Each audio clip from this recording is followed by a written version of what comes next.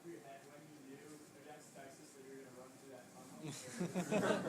Let me tell you something. I'm serious. They had thrown me a ball all day. If you look at that film, they had thrown me a ball. I was pissed. I was mad. And you gotta understand, my dad is very conservative, so is my wife, and it's like, I knew then, when they called, I told Craig in the huddle.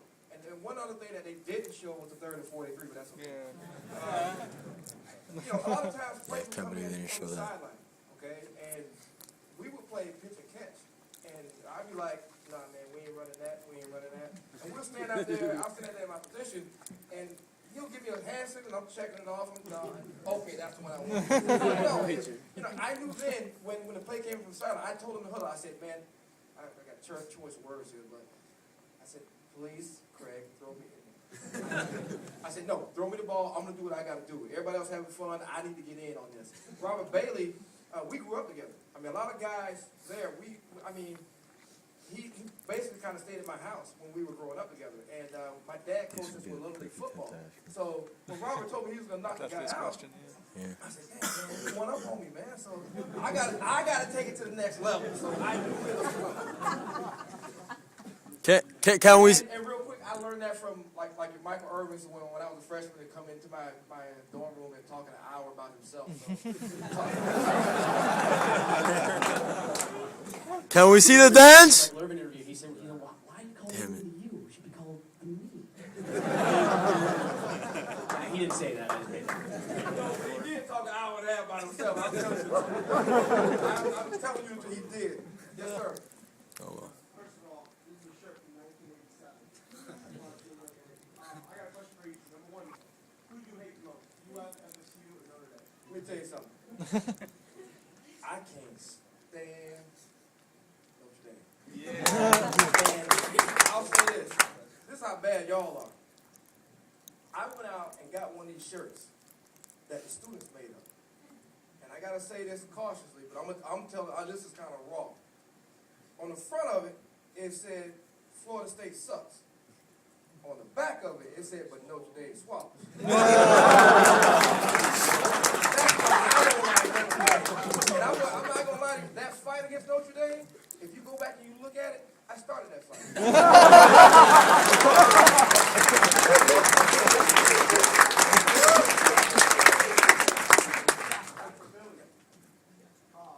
Listen, honestly, you're an integral part of the university. You think you're going to come back to the citizen for?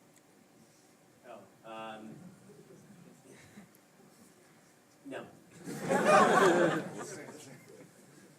Yes, ma'am. I was wondering what how you feel about the current team right now, and if you've gotten any vibes from the entire former Canes about how you guys are feeling about the current team. That's a real technical question. Should have just brought it from here. See, I'm more. I don't think like a regular person. I look at things like I mean we're messed up in the head, bro. The way we think football wise. I like the team. There's a lot of things I do not like. Okay. One of the things I do not like, and just get more technical about it. There's nowhere in the world you should rotate receivers consistently the way you do. Thank you. That type of communication with the quarterback. I mean, a lot of times, you know, I played with Dan Marino. You know, I played with Craig Erickson and Toretta. If you know, you should be able to look at that quarterback's eyes and actually know what to do without any other calls from a coach. And I just don't like the way they do that. Now, I think that they're trying to get back their swagger. Randy Shannon is. He's trying to mold himself like a Jimmy Johnson, and you know, and he plays those mind games. And I will say this, you know, I didn't agree with all the coaches and what they said, but you know, if Randy's trying to pat himself like Jimmy Johnson, I know he's going to think like this. Jimmy said he would come to us one year, and every year he would have this profound saying that would stick with you. It's like, you know, kind of like he's like standing there and like there's like a gold glow around him, and you just like remembering some of these things. One of the things he said was this. If I took a board and it was 2 feet wide and 30 feet long, and I told you to walk across that board, most of the players could run across that board. He's right. We're athletes. We could probably skip across the board. But I'm going to take that same board I'm gonna put it 50,000 feet high. Can you walk across the board the same way? And those are the same things that Randy Shannon is trying to put into play. Usually it takes 3 to 5 years for it to happen. I'm going to be disappointed if it doesn't happen within 5 years because you guys deserve a national title every damn year. Yeah!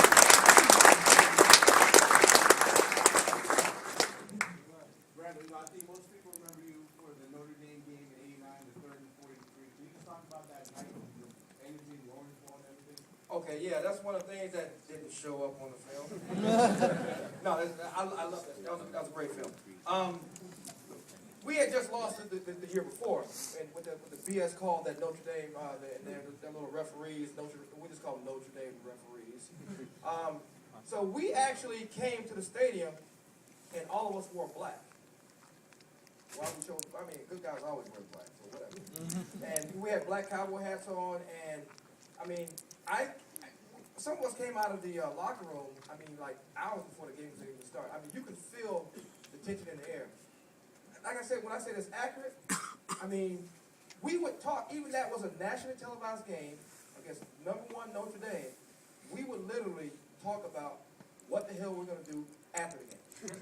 Because we knew that, first of all, and I'm not just saying this because you're here, but the fans took their ass out of the game before it even started. Most of the fans were already there before they even got there. So half the battle was already won. So the feeling that you get, it's almost like having it's a natural high that you feel, that you know you're going to win, you know you're going to catch the balls, you know you're going to make the big plays on a consistent basis. Because bottom line is, if you don't do that, then you will not win national titles, and that's what's most important. Not just going 9-3. To hell with that. Let's win them all. That's what's up. When is the film going to be released? My agent back there. Well, are you asking about DVD? Yes. I don't know. Arunima? Sometime in 2010. We do have a little bit of delivery to take care of because we're going to put in just a shit ton of deleted materials and stuff. So we have to actually put that together first. So as soon as possible, 2010. Website plug. What is it? 30for30.com? Is it .com? What made you not decide to include the 2001 title, the 3rd, 40th anniversary, 2002 album? Randall's already pissed that we didn't include one play from. I mean, and a play that inspired the name of a Canes blog. 3rd and 43rd, 3rd and 43. Is that what it's called? That's the blog. 43, not where's It was just, we got a little ambitious at the start. We interviewed Larry Coker. We interviewed, obviously, a lot of guys that would be a part of that, that ladder, Willis McGahee, Jeremy Shockey, the 2000s Canes, the Zeros. It just, we had an hour and 42 minutes. That's with limited commercial interruptions. ESPN got Levi's to sponsor us with limited. I mean, if you know, like a half-hour TV is usually like 22, 23 minutes with commercials. We have obviously a lot more time than that. It's an hour and 42 minutes. So it was just a matter of time and pacing. But really, the original vision for the piece was the team of the 80s. So if there was like a sub-heading to this movie, it was the U, it would be the team of the 80s. So that's really, so the 91 championship was really like the end of the era. As indicated not only by the fact that a lot of the guys who graduated were kind of the last of the Jimmy Johnson recruited teams, 91 and 92, but also the fact that just what happened in terms of the chronology, it was sort of a natural way to end the movie with what seems to be the downfall of this dynasty, and then the U2.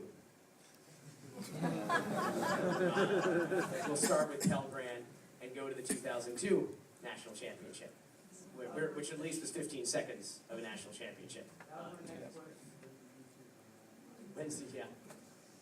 Thank you. Any more questions?